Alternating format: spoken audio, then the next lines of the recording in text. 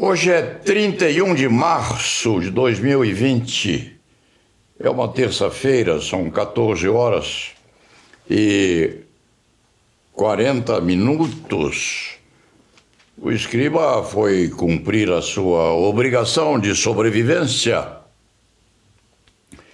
Foi ser vacinado pelo sistema drive-thru, sem sair o automóvel. Ele e muitos e muitas senhores e senhoras com idade chamada provecta. Nós somos os sobreviventes de um tempo que não existe mais. E este antigo escrevente de direito penal ia a dirigir-se ao Instituto Dr. Arnaldo, lá na Faculdade de Medicina, para ser vacinado de acordo com essa nova e moderna perspectiva, e de repente se recordou de que hoje, 31 de março, é data em que se comemora o golpe de 1964.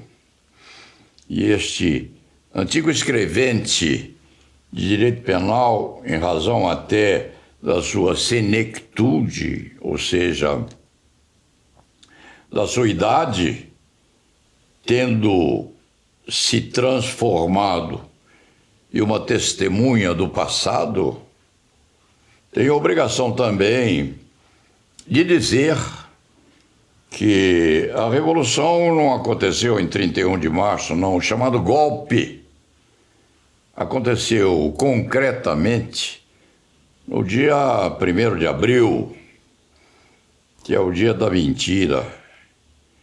E por que este antigo escrevente de direito penal pode fazer esse tipo de assertiva, ou de afirmação, ou de recordação? Porque este velho cavaleiro andante da advocacia criminal começou a vida muito cedo a chamar-se vida política ou existência coparticipativa ou adiantamento no tempo, quando aos 20 e poucos anos de idade estava integrado, sim, na política de uma das cidades que, à época, era das mais conflituosas e perigosas da nação. E ainda é uma cidadela com grandes prospecções, criou grandes líderes políticos, criou Mário Covas, que esse escriba conheceu, e que, se o destino não o pegasse, seria com certeza presidente eleito desta nação.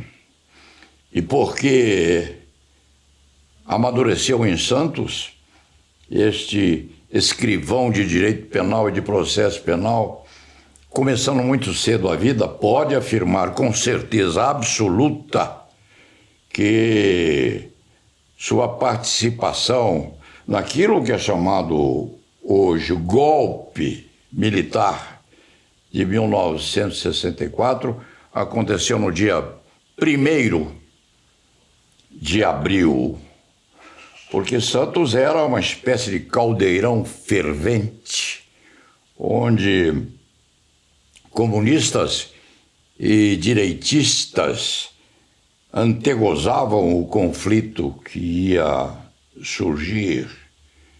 E este hoje muito antigo escriba era, ao tempo, um moço ainda depois da universidade, misturado naquela coisa toda, porque os brasileiros entendiam que era preciso lutar contra os comunistas e os militares deram então aquele golpe que hoje é honorabilizado por uma parte do nosso sequenciamento político da nação. E o Paulo Sérgio estava lá. Estava lá na madrugada de 1º de abril de 1964, com uma arma nas mãos, que quis devolver depois a um militar e teve a devolução recusada, porque o militar lhe disse: moço, eu não vejo arma nenhuma, mas se você insistir nisso eu vou mandar prendê-lo. Foi assim que houve o golpe de 1964, parece hoje muito antigo, Escriba, e foi convocado à coparticipação por assessores daquele que ao tempo era muitíssimo esperto, intelectualizado e vivo, um dos maiores oradores que o Brasil já teve, Carlos Lacerda, partícipe eminente daquilo que se hoje é chamado de golpe militar de 1º de abril de 1964. Quando houver oportunidade, esse Escriba pode ir mais longe um pouco, a dizer, quando aquela dita revolução se desmitificou, quando os militares, sim, e aquela repressão começou a torturar todos e todas, e muitos e muitas, a ponto de toda a advocacia nacional se colocar contra aquilo que acontecia. Mas é uma história muito comprida, que não deve e não pode ser misturada naquilo que é preciso dizer hoje. Fica para outro tempo. Mas este velho escrevente de direito penal e processo penal mereceria, e mereceu sim, hein? Teve o seu depoimento gravado numa fita ou num disquete qualquer, está preservado com mais alguns poucos, que são os sobreviventes de um tempo que, quer se crer, não há de voltar para esta nação. Parta-se para um outro segmento. Esse Escriba foi ser vacinado, foi sim, lá na Avenida Doutor Arnaldo, um comportamento rapidíssimo e muito bem posto, aliás, diga-se de passagem, e volta a casa, e é daqui que faz esta crônica, que é rústica, porque a aparelhagem sofisticada é deixada lá no saguão do seu escritório, e lá este Escriba não pode ir, porque a família o proíbe de sair de casa, está preso aqui dentro. De modo que esta manifestação de hoje é feita com uma certa dose de rudeza, sem muita coloração, sem muita iluminação, e é postada com aquilo que nós temos às mãos. E se pode dizer hoje, no 31 de março de 2020, que é preciso que tenhamos muito cuidado com a relembrança do 1º de abril de 1964, porque este Escriba confessa, lá atrás, recebeu uma arma para lutar contra os comunistas que queriam tomar o Porto de Santos.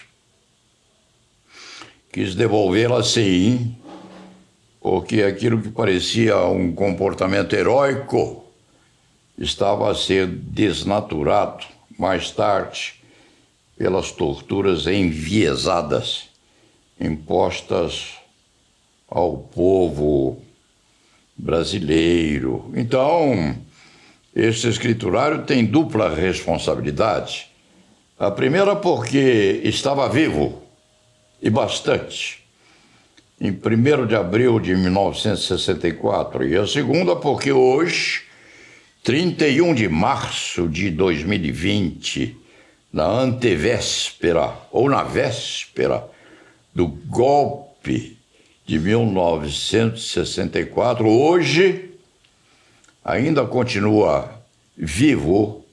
Quantos anos depois? 64 para 2020 é uma grande pasada de terra a esconder os túmulos daqueles que se foram nessa refrega terrível que pegou a nossa pátria durante muitos anos. Então, esse escriba hoje se manifesta de alguma forma, muito pouco, porque era preciso falar muito mais. Hoje, nós temos à margem dessa peste, desta pandemia que abrasou o nosso país, nós temos um outro risco, uma outra questão a perturbar seriamente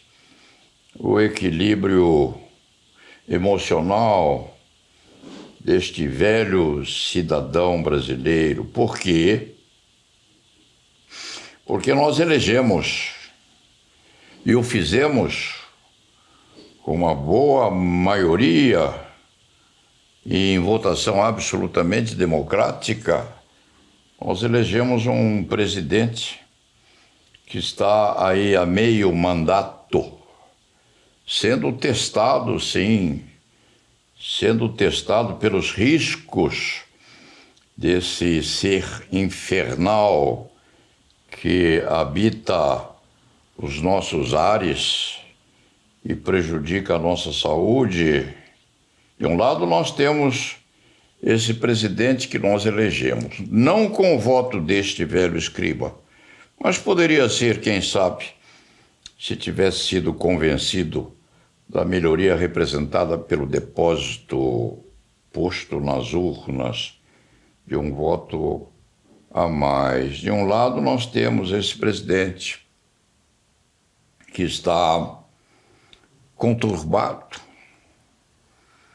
e está prejudicando, de certa forma, com a sua posição contraditória, o enfrentamento dessa peste que nós temos por aí envenenando os nossos ares.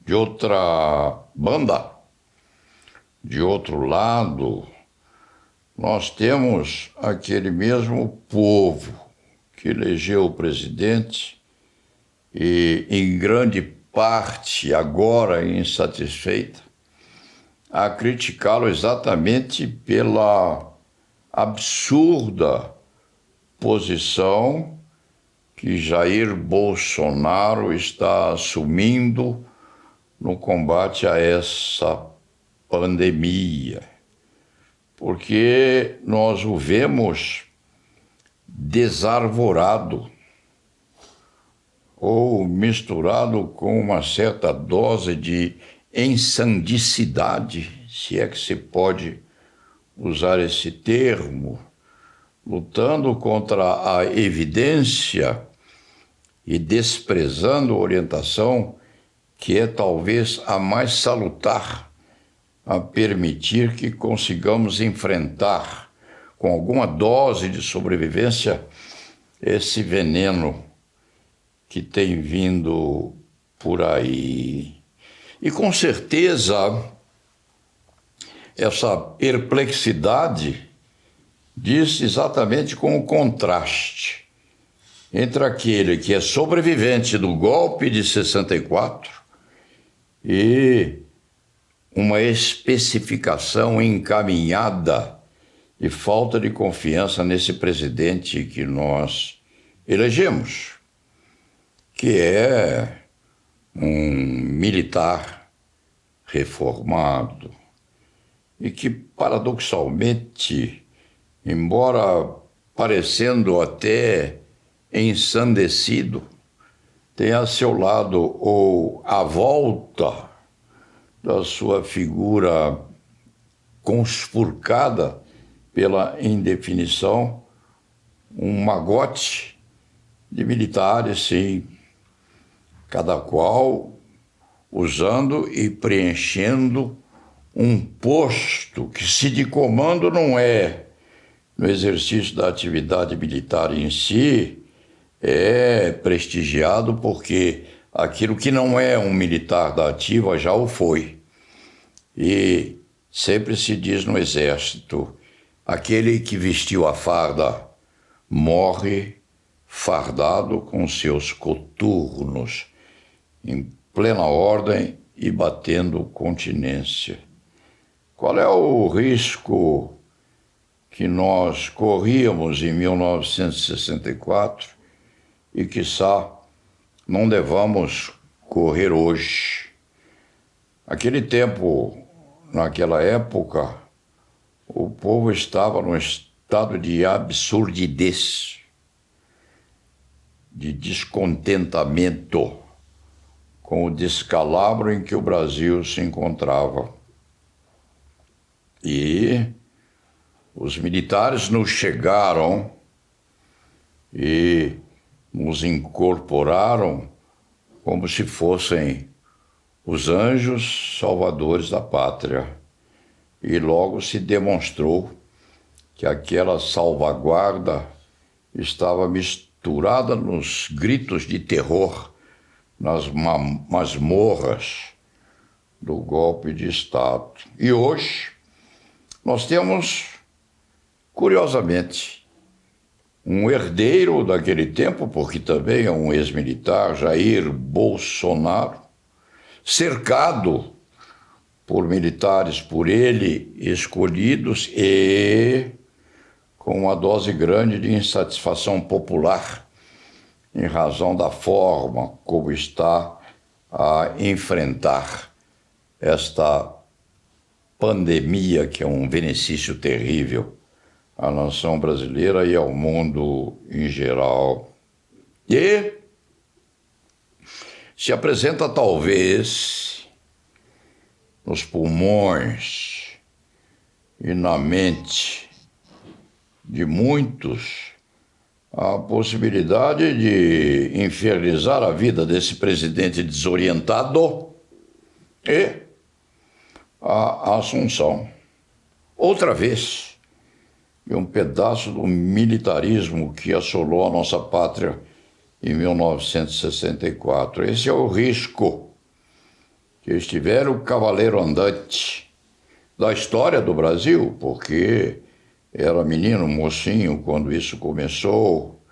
É o receio que este empedernido hoje criminalista tem de que venha a acontecer, porque o povo começa a querer, sim, ordem e disciplina, e quem sabe se apreste a tirar do trono e colocar outra vez no trono alguém militarizado ou herdeiro das Forças Armadas Nacionais.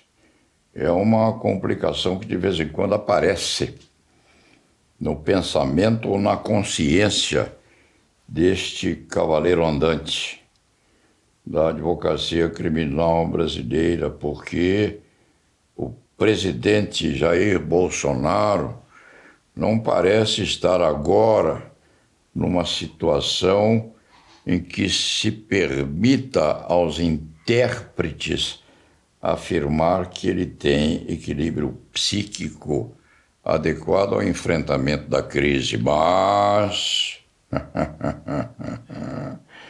se quando assumir também na consciência dos líderes a capacitação de que ele merece ser retirado do trono, perdendo a coroa, que não se lhe ponha na cabeça o boné ou o capacete da militarização outra vez do nosso país, porque este escriba sempre teve um desconforto muito grande em compor a ordem unida, e a desunião do nosso país não promete e não indica a possibilidade de que outra vez nós tenhamos uma reverberação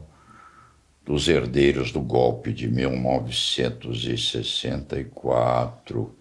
Isto paralisou, de certa maneira, a consciência deste escriba como uma ideia, um ideário ou um ideal mefítico a tomar conta da consciência do nosso país. E este escriba tem visto por aí aplausos ao 31 de março, não, aplausos ao 1º de abril, porque em 1º de abril este escriba com certeza absoluta estava com armas na mão a lutar contra os comunistas que assolavam a cidade de Santos, a mais perigosa do país.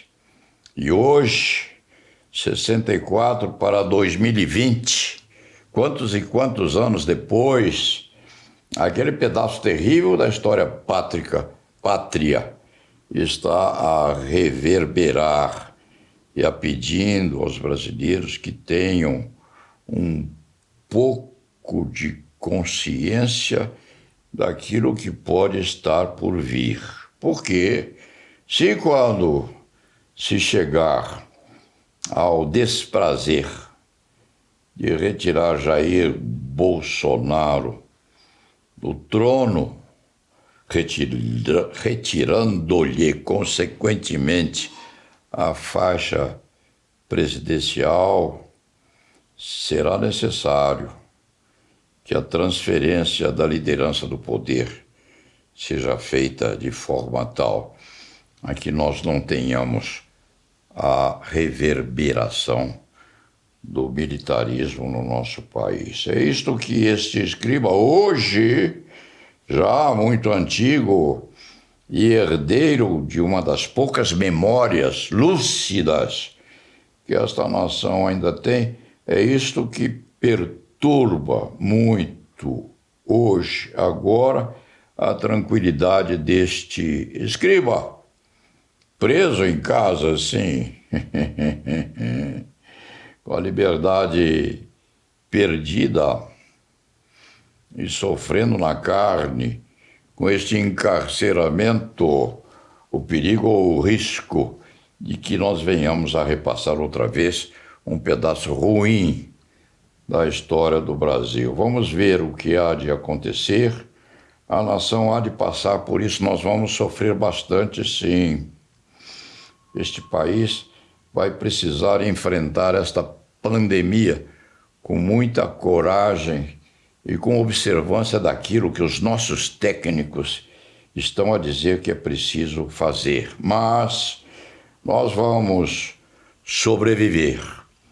E esta sobrevida há de ser feita com respeito, sim, dentro da movimentação política, aquelas regras que permitem a nós todos um abraço à liberdade que nós temos tido nesses anos que vieram após a redemocratização do país. É um aviso, é um receio, é um medo, é uma esperança de que haja o que houver, nós havemos de respeitar a democracia que nós temos. E lá na Vevá.